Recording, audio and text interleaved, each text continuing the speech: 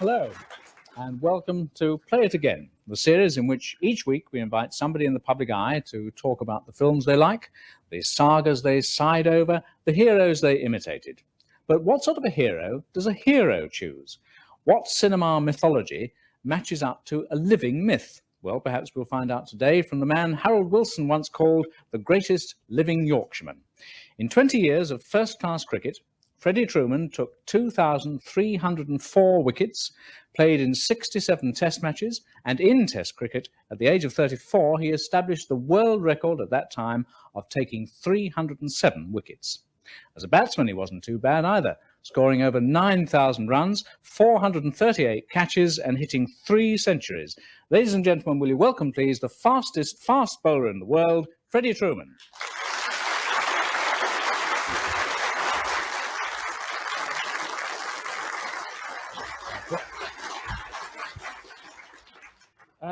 Fred, going to the pictures is something that everybody shares, and I'm wondering, would you say that the cinema, in general, has shaped your life in any way? Yeah, I think you could say that there are certain films and at certain times where it helped to shape or influence your life.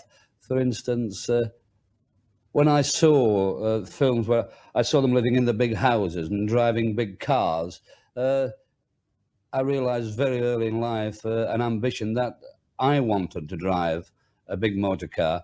I wanted to live in my own home.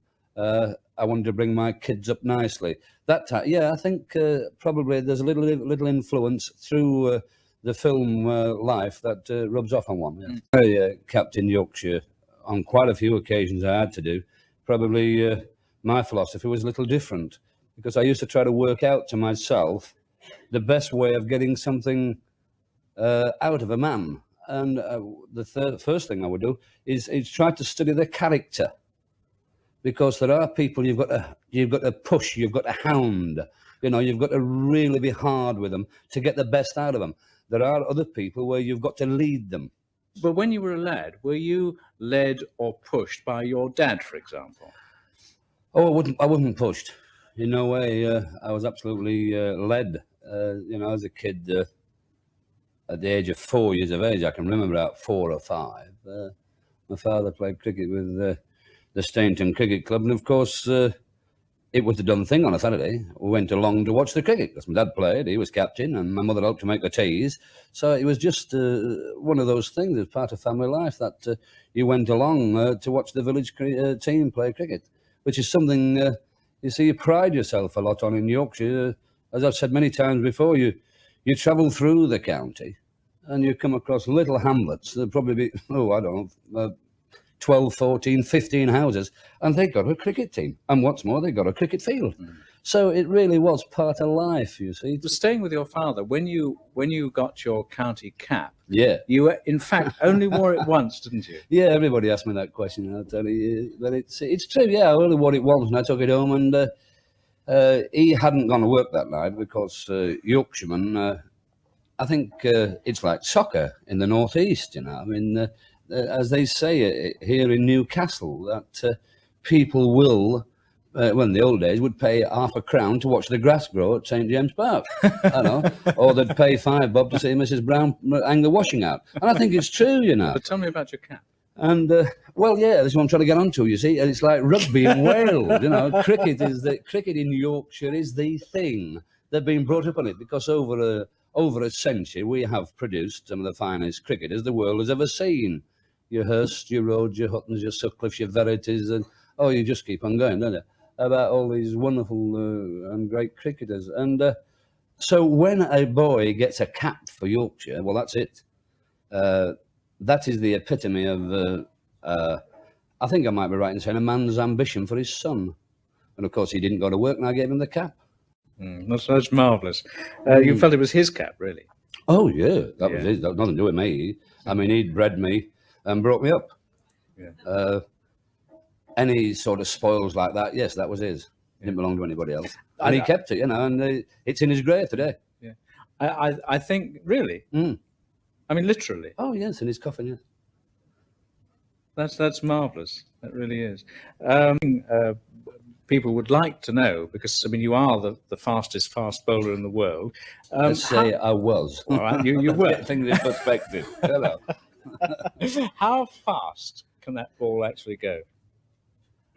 Well, I don't know. It's very difficult, but there has been times when supposedly the actual flight of the ball has been timed at somewhere around about 96 miles per hour.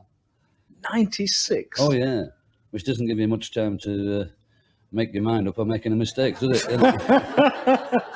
if you happen to get in the wrong position, there can be a few laundry bills about. That's for certain. And yet you're against the use of protectors, aren't you? Oh yeah, Why? completely. Well, I don't know. You know, it's supposed to be a game, and then they go out with these helmets on. You know, I mean, I'm waiting for the day when they press a button at the gate and they go slipping along in like a little thing with no wheels on, with a couple of smoke rockets behind it. And, no, kind of thing.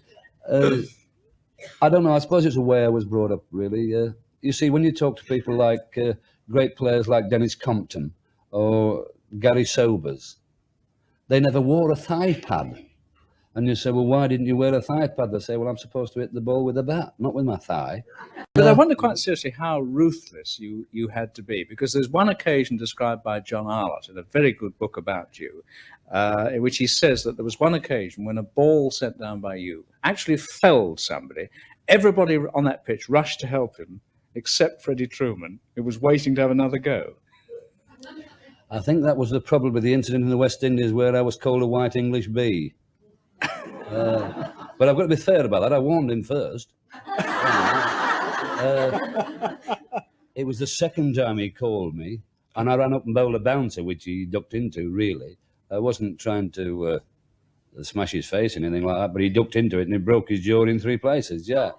I know when I went to see him in hospital that the captain of the West Indies had, I think it was a fellow called Jeff Stolmeyer, and he said he didn't do a very good job. And I said, why? He said, well, he's ugly before you hit him. He said, and he's worse still now.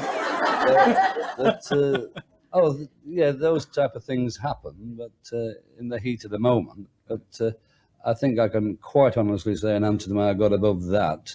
I didn't go out there to really harm anybody. All the films you've chosen for this show are either war films or adventure films or comedy, but even the comedy has a lot of adventure in it, a certain amount of bravery and cheek. I wonder, is there a clue there to your personality? I don't know.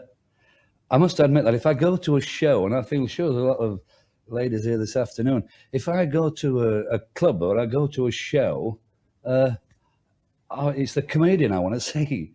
You know, I want to have a laugh with him. Absolutely fantastic. I mean, they tell me the only place that comedians don't get a laugh is in Sunderland. And I was talking to Bill Maynard, who's another great mate of mine. Bill has been for absolute years. And I said to Bill Maynard in the bar at Yorkshire Television, and I said, I'm sorry to see that Sid James has died on the stage at Sunderland. He said he's not the only comedian that's died there. Well, and I can say that because I know that if Sid James heard that, he would fall about laughing, because that's the type of wonderful character and man he was.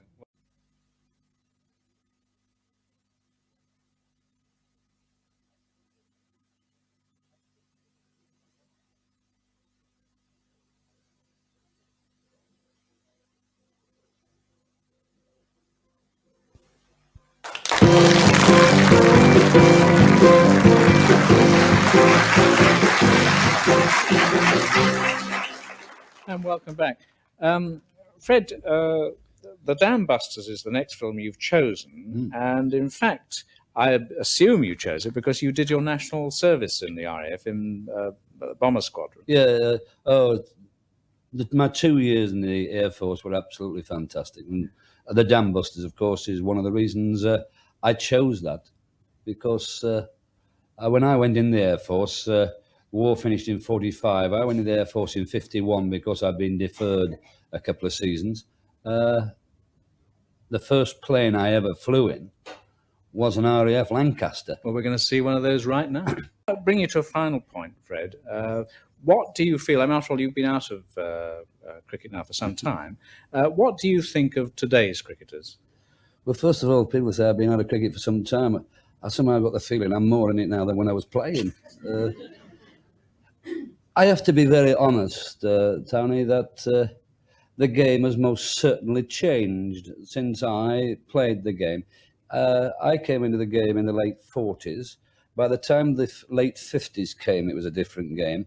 By the time the late 60s came, it was a different game. It was a different game by the end of the 70s. And no doubt it will be a different game or a different approach by the end of the 80s.